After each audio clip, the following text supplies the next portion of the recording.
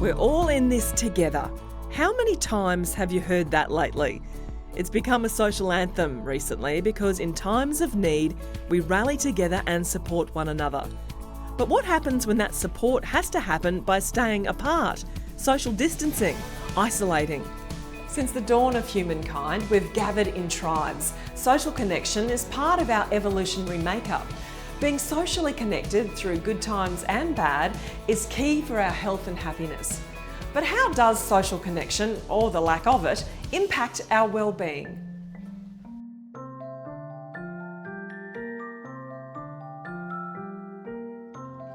The social aspect for someone who's retired like me, go to the gym, go to the pool, visit my friends, that's been really tough.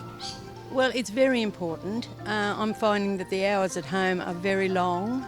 I think it's very important, and I'll speak for people with disabilities. It's being connected to the community is a lot. Human beings are social animals, so we have to be socially connected. Chris Fowler knows the importance of social connection. As COVID-19 intensified around the globe, he launched Queensland's Adopt a Healthcare Worker page, a forum dedicated to supporting those who support us. Being able to be connected either through social networks or through personal groups is incredibly important. And for a person's own mental health, I can tell you from my personal experience that when I felt really isolated, just reaching out and saying hi to a friend, it drastically helps. I implicitly believe humans are good, and it's the core thing I teach my kids and why I send them around the world with me, because you get to see everyone smiles the same. The page has since gathered over 21,000 members. Facebook especially is zero barrier of entry. Everyone has it.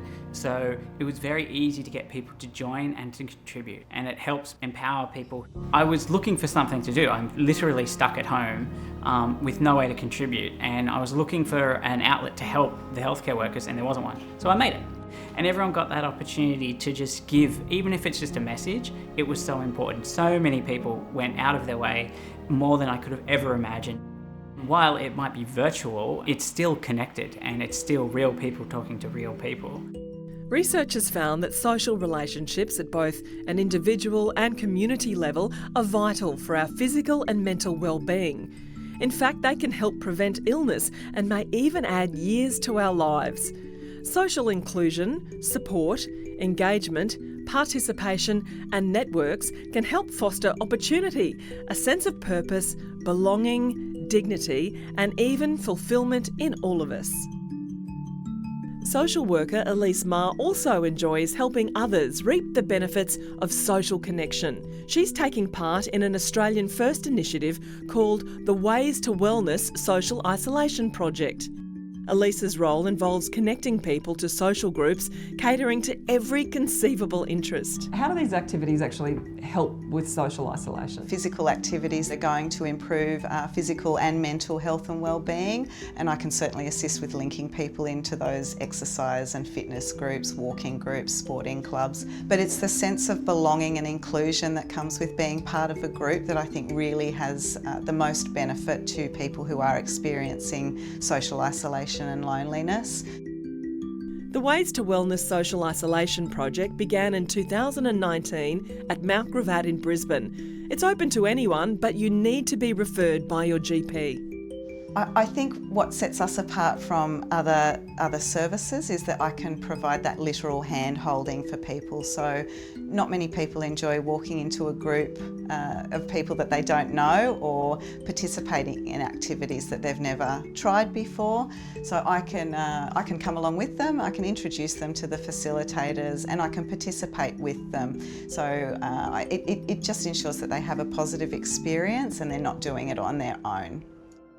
Harshpreet Singh Kohli is also passionate about doing what he can to build happy and connected communities.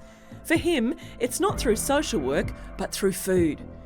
During COVID-19, he donated his time as a driver, delivering free hot meals and groceries to people in isolation. We buy the groceries from Indian store, bring it here, and the chef, who was very generous, he's been helping us preparing all the meals with no cost. So it's a lot of people coming together, isn't it? Yes. It's not a one-man show. And at times of where it is needed, we certainly have to do all these things. Hushpreet's the Brisbane coordinator of Turbans for Australia, a national Sikh charity helping anyone in need. Culturally speaking, why is this so important? There are three pillars of Sikhism: One Chako, Kir Karo, and Naam Japo, which means remember God, share your meal, so whatever you have, share it, and Kir Karo is honest living. From a social connection point of view, why is this so important to you? For me, it is, of course, helping is very much important. It's a pleasure which we get, in giving people. The reward, the acceptance when they receive any small things, the thanksgiving coming from them is very heart-touching. You want to serve the way you've been served. I've been just doing the things which humanity is there for, so just to help around.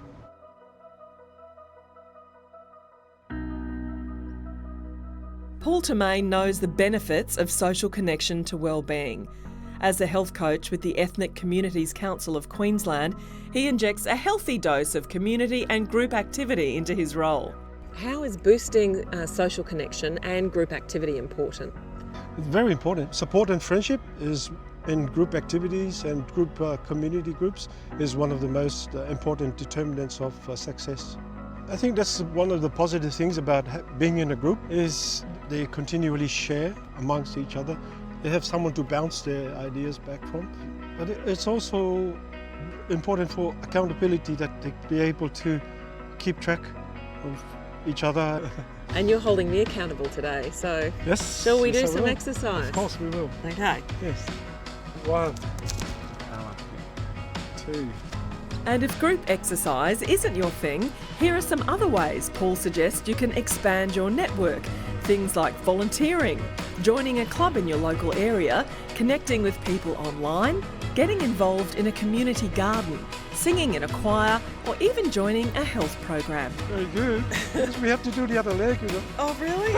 That's right, accountability. Jill has her own technique, that's good. Our four-legged friends can also prove vital to wellbeing. Hello, Reggie. How you going, buddy? That's something Andrew Watkins, a clinical nurse in mental health, knows firsthand.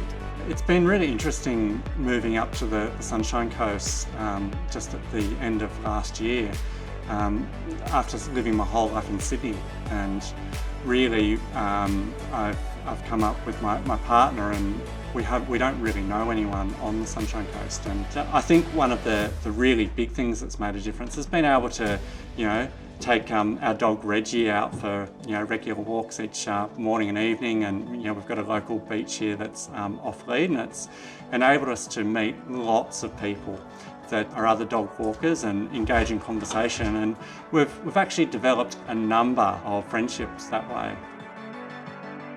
Generally in society, when we approach someone else, we're not always confident just start engaging them in conversation, but with a dog, people will come up to you and ask you about the dog, what's his name, or what breed is he, how old is he, and it is that classic way to start a conversation where things can continue on and you can start to build some rapport and friendship with people.